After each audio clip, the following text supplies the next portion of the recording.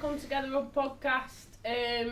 We're going to just be doing a little discussion. We've just been having a chat, so we've just turned the camera on. We've got Liv, John, Nina, George, Nicola, Matty, Josh, Peter, Colin and Lisa, and I'm Georgia. So it was John who initially asked a question, which got us all riled up, and we thought let's stick the camera on and see where it goes. A few of us are just doing a little bit of work as well, so just ignore us in the background. But yeah, John, what was your question? My question is,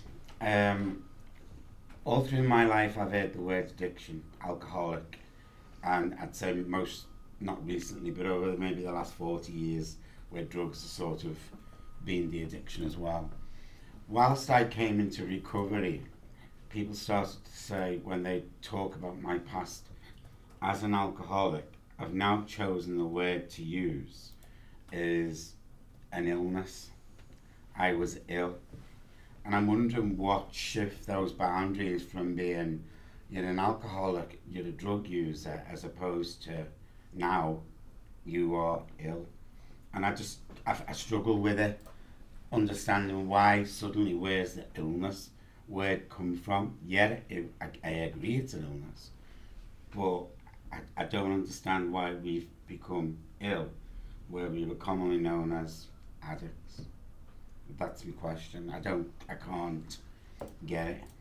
I think there's a difference between, like, there's people who get addicted to things and there's people who have the illness. So I think that before that it was either the people just sort of was like, oh, you've got an addictive personality.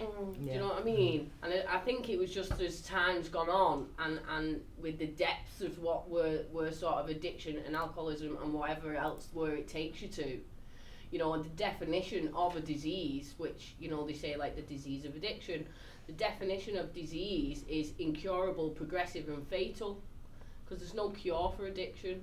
You know, as we've learnt, you know, we've got to do this on a daily basis. You know. I guess for me, I'm sorry Lisa, but for me, it's like, you know, now that we use the word illness, is I do stop in my tracks when it's said to me, well, you were ill. And I have to go away and think about, what did they mean I was ill?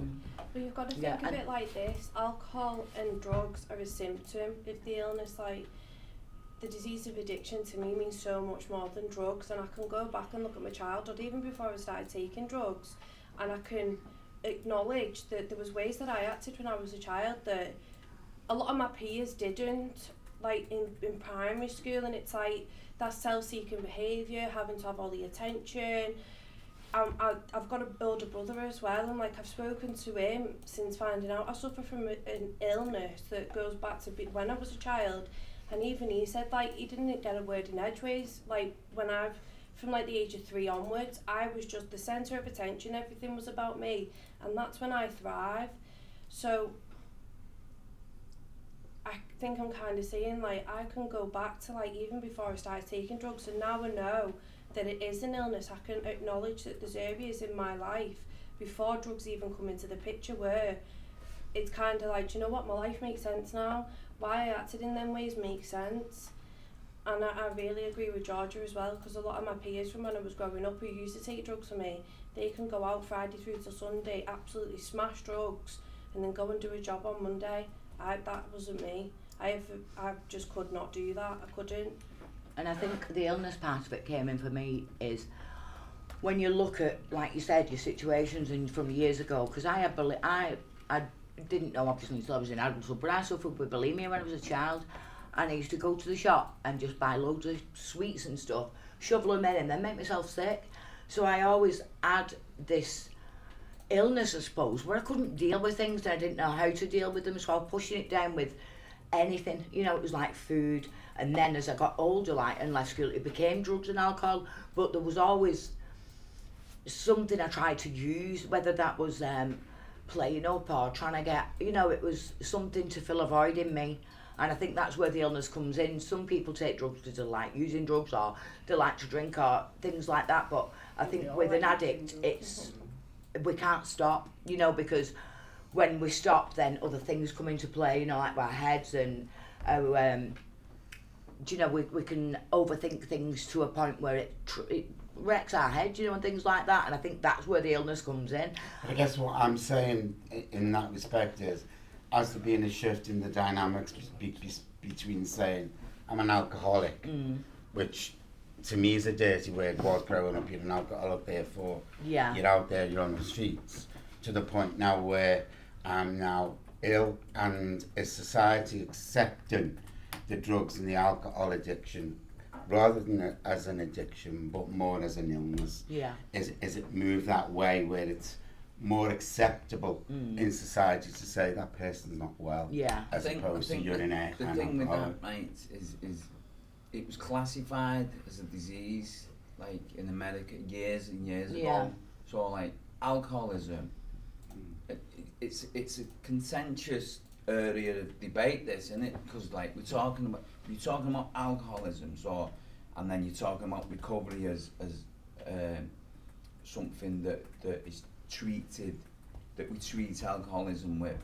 So the 12 steps as a recovery process was designed, and years after that was proving like beneficial to hundreds of people's lives. So the Big Book of Alcoholics Anonymous was originally written by 100 members of AA, with a couple who was like the driving force in it, and it was something like 20 years later in America it was classified as a disease, and then years after that they threw like addiction in the mix. So it was like alcoholism and addiction, you know what I mean? And so when we say like we're ill, it's like, and many of us will know this, drugs isn't the problem, or drinking's not the problem, because if it was, then we wouldn't need a continuous programme of recovery if that was the case, you know what I mean? So there's something, and it's like having being a diabetic, you know what I mean? You need to take something to treat your diabetes, and this was a really interesting thing that I found out, and I'll just share this with you because it kind of gave me like a little bit of hope as well, because rather than feeling like dirty or something, like, I mean, I used all kinds and did all kinds of stuff, but like my mind was attached to the disease, like I haven't got a disease. And when I accepted I have, and then I learnt this fact that kind of like gave me a little bit of hope, that the disease of addiction affects more people worldwide than any other disease known to man. You know, like, but it's the only disease where once the person is in recovery from that, is left in a better position than if we didn't have the disease at all. You know what I mean? So we become better people for having the disease once we're in recovery from that. Do you know what I mean? And when I learnt that and it sinked in, I thought, now it made me feel a little bit grateful. And I used to hear people say, "I'm grateful I'm an addict," and I used to think, shut up. You know what I mean? But like knowing that and matching up to them in recovery, I think, I love that. But I think as well, in other areas of recovery, it was from a different aspect, but when I came into NA, that's when it was like, it's a disease and this is how you treat it, you know, with the steps. So I could have like people saying, "Oh, you're an addict," but the only solution was drugs to stop you using. So if you take away like the medical profession that classified it as an illness, in NA, and I know this because I go there, so in NA we talk about a disease concept. So if you know what a concept is a concept is a person's idea that's shared by someone else. So this becomes a common concept. So it's like, so we read literature and what we do is we identify it and go, that's what I've got. So we become part of that concept. And that's what I love about NA, it's the identification of, that is me, even without the drugs, that's me, you know, and this is it's like, because I don't know, stunted my growth at some point with drugs and stuff, and how I emotionally dealt with stuff, I didn't know how to live, and I didn't know how to behave without drugs, because it was like a mask, you know, and NA gave me that structure and that belief in myself, and that I could do this, and I saw other people doing it, you know, living a normal life, and you realise that it is a progressive illness, you know, and it is, you know, but it can be treated with the steps, and that's just amazing. Like, you can treat addiction through different, you know, drug therapies to get you off that, but then you're left with a life that you don't know how to live, and NA gives you the structure to live that life properly. So you only really, and this is my opinion, and I might be wrong, but you only really treat the disease once you stop taking drugs. Yeah. You don't treat it when you're taking Definitely. I drugs. don't Yeah. even think you've got the disease till you stop taking No, drugs. you don't, do you? Because Like, you I don't only know what's coming up. become, like, really erratically, kind of like, the drugs kind of mellowed me out. Mm. Do you know what I mean? Like, I only started getting the fuzzy head once I stopped Yeah, taking because, drugs and because, started. because drugs kind of numb that, don't Yeah. they? So that's the effect of addiction. I think there's a blurred line as well, because what, like, also part of, like, addiction isn't about, like, being on living on the street and fucking being homeless and not being able to sort of wash yourself and stuff like that. I mean, I went through my addiction with a roof over my head, with, like, I could stop, And I think but that's the thing. I couldn't stay stopped. Yeah. Yeah. That was the thing. As soon as I started to feel a little bit better in And that's myself, the thing it that was catches like us out. that's what Yeah. that's what And stops a lot and of people from. That's what it says in the basic text. Yeah. That like our visions of addiction was one of Are all jails, warped, aren't Yeah. they? jails and dirty needles and stuff like that. Do you know what I mean? And we were that good at hiding what we was doing to ourselves. You know, we thought we was better than them because we're hiding it, but we're just as fucked inside. That's You know, and in our heads. So Yeah. Sometimes I think. Worse, I honestly yeah. believe that there was no one as bad Yeah. as me. I was the Hopeless. worst that they could. Yeah. No one can help me. I was a write-off. I may as well just carry on using because I'm going to die an addict. No one's going to be able to help me because I'm just so bad. I am just so bad. I'm not worthy of getting clean. I'm not worthy of having a nice life. And even if I was, I'm not going to be able to get it because no one's going to be able to help me because I'm the worst of the worst. And the That sad was my thing, thought the sad process. thing about that is that we as addicts live so long with no hope. Yeah. Yeah. That's what that is. I was That- just writing I- about it in my there's step no 12 about living in. I was in a society that didn't fucking understand. Do you know what I mean? That every person in my life, even though they took drugs of some sort, they seem to still have their lives together. Yeah. Do you know what I mean? So I just felt like I was just like the lost norm. cause. Do you know what I Yeah. mean? And that's the norm. That's the norm. Yeah. Yeah. It's That's it's mad, isn't it? When you yeah. think of like the life you live, and it's like that's norm. I just thought it was Yeah. normal to just run around know. 24 hours a day, 7 days a week. And I with think that's fucking the your thing. sister. I because my mum drank and drinks acceptable, and you know, a lot really acceptable. I thought, oh, they have a drink, I can take drugs. It's the same but different, you know, like they have a drink, I have drugs, and it is really. But because society doesn't see alcohol as a drug really, because it sells it in shops and things, they look differently upon people who use drugs compared to people who use alcohol. You know, it was like acceptable to have a drink and get blooded every weekend. You know, but with us it was like, well, sorry, with me, if I did have a drink, I'd cause mayhem. You Which know, leads and- me back to the question, when we say these things, I'm asking, right, has society changed now their opinion? Are we now, Yeah, I think people Yeah, are I a lot think more so. open as I- opposed to aren't they? addicts? I Yeah. must disagree. Yeah. I don't think so. I think I more don't. people are becoming more open-minded towards addiction, Kind being, of. being an illness. Kind of, a little bit, but like, we look at, say for instance, use me as an example, I've got my family, like my mum, dad, and my brother. Out of them, there's only, I'd say, my brother's kind of coming around to it, but my dad really doesn't believe that I suffer with the disease of addiction. In fact, he says quite often that if I keep telling myself that I suffer from the disease of addiction, No, but, I'm going to end up using again. When I try and explain that if I don't tell myself that I've got the disease of addiction, I'll go and test that theory and I will use again, because I am grateful I'm an addict, but there are some days that I can get down and be like, oh, I wish I wasn't. Do you know what I mean? I think that's just quite normal of like going through the process of recovery and all that. So I don't know, maybe because of what my life experiences have been, I kind of disagree with it, because we had the conversation about that last week, didn't Yeah. we? And it's like, I think sometimes with some parents, they don't want our kids to be addicts, you know what I mean? Yeah, And we yeah. try I and see set it as them like a saying- little superpower, me. I love it. But Like, do you know what I mean? I also think this, me, I think with because with young people like yourself, and there's lots of young people who come into recovery now, I think like youth is against them because they have this attitude. I speak to lots of them, and some of them are my friends, and they have this attitude of like, my life's over now.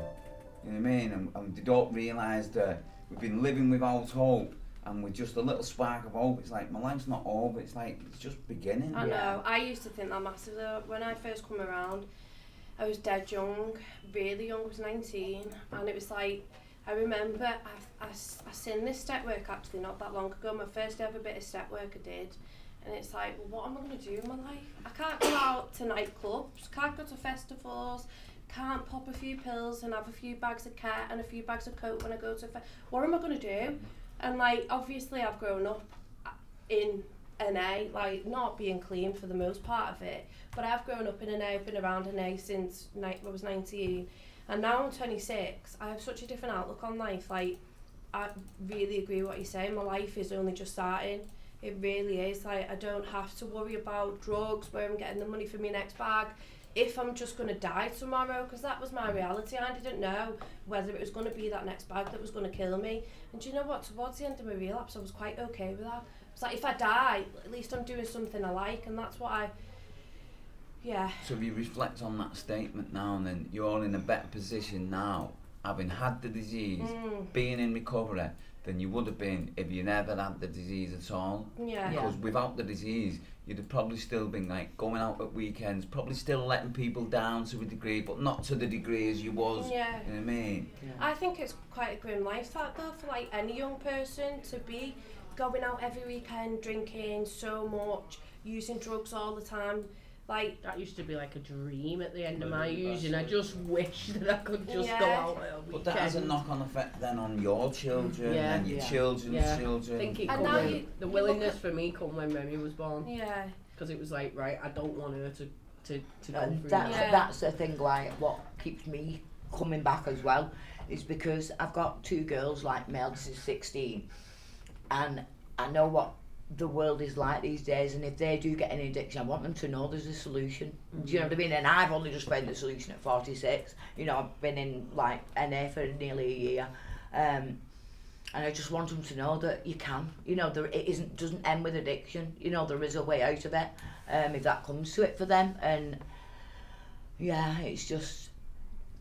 Do you know? Go on. No, so like, going back to like being young in recovery, like I remember when you said to me, and you was like those people say to me as well, like, you should be dead grateful, like you're 27 and you get in recovery, and I'm like, it's alright saying that when you're 45 and you've had an extra 20 years of using and doing whatever you wanted, do you know what I mean? But like, I'd have been another 20 years of using. At the time, it's like, I've always thought I was living my best life, and it's like, it's like far from the fucking truth, do you know what I mean? Yeah.